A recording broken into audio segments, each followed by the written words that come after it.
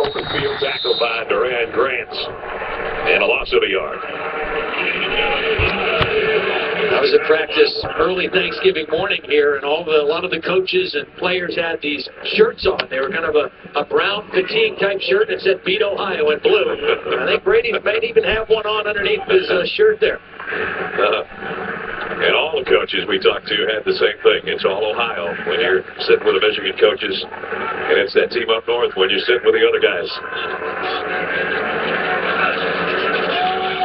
Gardner pressured from behind, got it away, and a great catch by Dilio.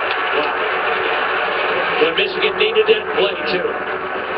There's the T-shirts Tom was talking about. Pitt Brown was in coverage, but Gardner put this one out there beautifully. Both teams are starting to heat up their pressure on the quarterback. And that time, Gardner had enough time to find Dilio on the corner route for a first down. Davion Smith now into the backfield for the Wolverines. And Gardner under center. Makes it to it, bootleg. Just a little shovel pass to the fullback, Carriage. Noah Spence did a nice job of pursuing that. He's got backside responsibility on the bootleg. He didn't get fooled by the fake, and he forced Gardner to get rid of that football. For second down and 3. And they have not put the ball in the end zone except twice in the last 4+ games.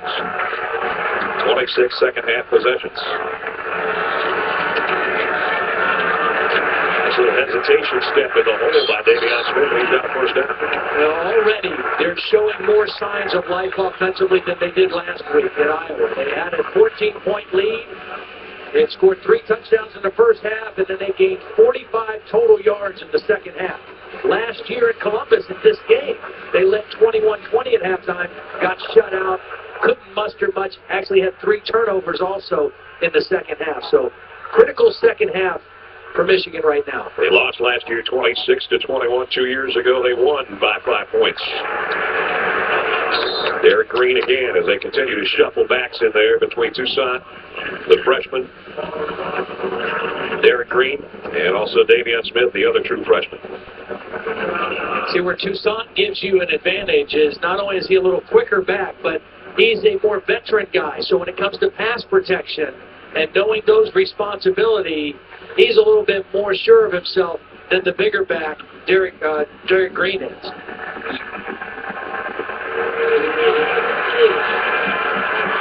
On second down and 9, they want to throw a middle screen. Got it to Toussaint. And he got to the 45. Pick up a 4. See, both teams now, I can see the adjustments by both defenses saying, we've got to make these quarterbacks more uncomfortable. Devin Gardner was 11 for 14 in the first half. They're trying to heat it up a little bit. Bosa that time got pressure on Devin Gardner, and I would expect pressure again on this third down play from Luke Fickell's defense. That was Luke on the sideline, the defensive coordinator. And former interim head coach here. Third down and 5. And we got movement and flags. And I think Kyle Kalish may have come out of his stance, the left guard. Ball start. Offense, number 67. 5-yard penalty. Third down. And see, those seem like harmless penalties, but they're huge. Yeah. Again, I mean, it's 3rd and 5. You've got a lot of options at 3rd and 5. Now you go back to 3rd and 10. And you already coming into this game only converting 38% on 3rd down, and you don't like getting in those situations where it's a definite pass, and that's what you find yourself in right now. After good momentum on this drive, a very difficult 3rd and 10. Now they've got to get to the 40 of Ohio State for first down. 3rd down and 10. Gardner, quarterback draw. And Gardner's not going to get there, but he got about 7 or 8 of it back when he left the ball on the ground. Let's see, was it a fumble? And the ball's still popping around out there. It is. Ohio State ball. Tyvis Powell on a fumble recovery.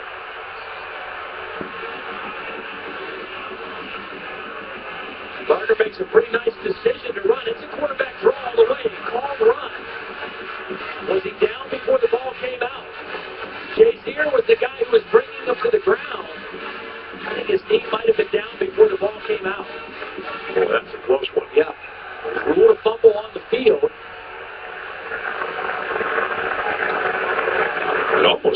Shazier had his legs wrapped up, and there was still some light underneath there. Ruling on the field was a fumble recovered by the defense. The previous play is under further review. See, I think his knee hit the ground and bounced back up off the ground before the ball came out. But we'll have a chance to take a look at it.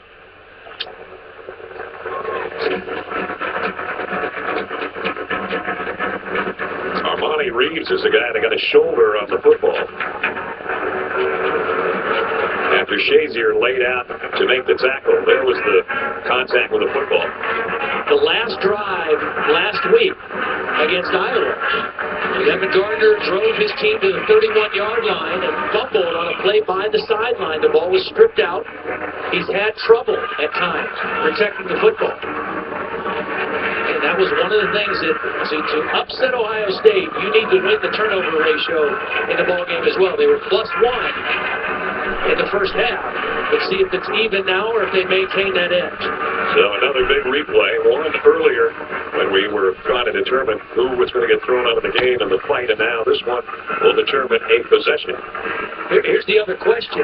If this is After reversed, review, the ruling on the field is confirmed. First down, Ohio State.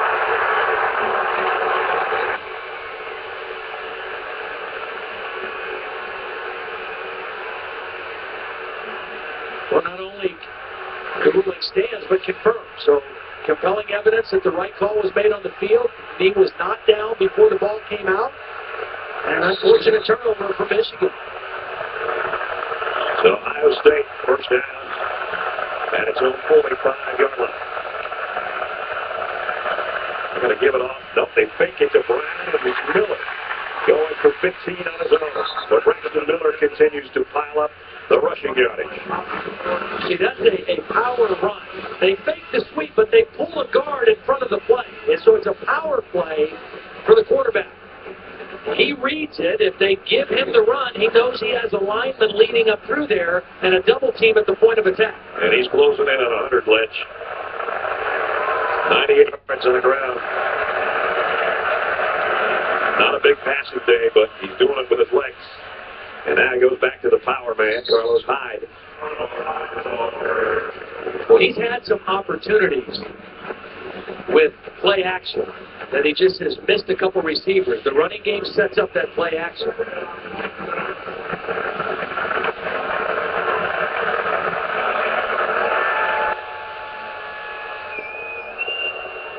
Second down at 7.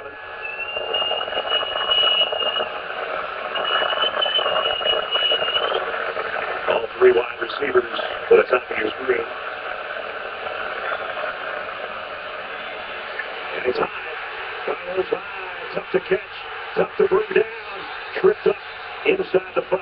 Well, that little move and the quickness of his feet is what makes Carlos Hyde special. He's 230 pounds, so he's a powerful back. But watch his little move. Boom, jumps, bounces to the outside, and he loses a cornerback, Raymond Taylor, at 230 pounds. This time he's going to be brought down at the line of scrimmage. So a 33-yard run by Hyde has it down inside the 5 on second down and goal for Ohio State, trying to take the lead.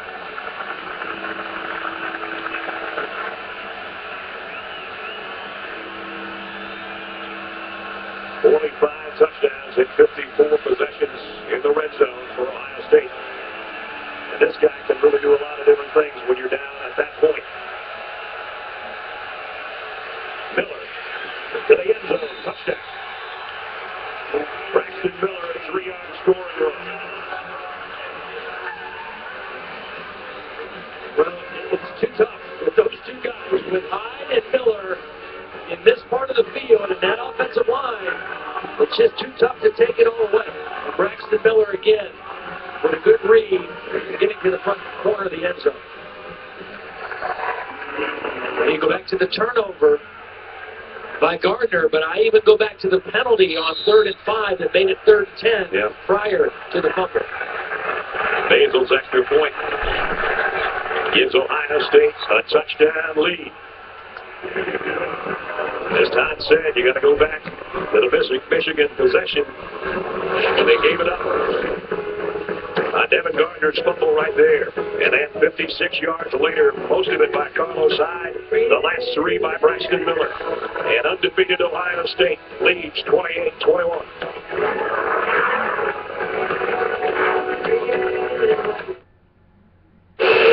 So Chevy's Black Friday sale, the price you see is the price you pay. Yeah.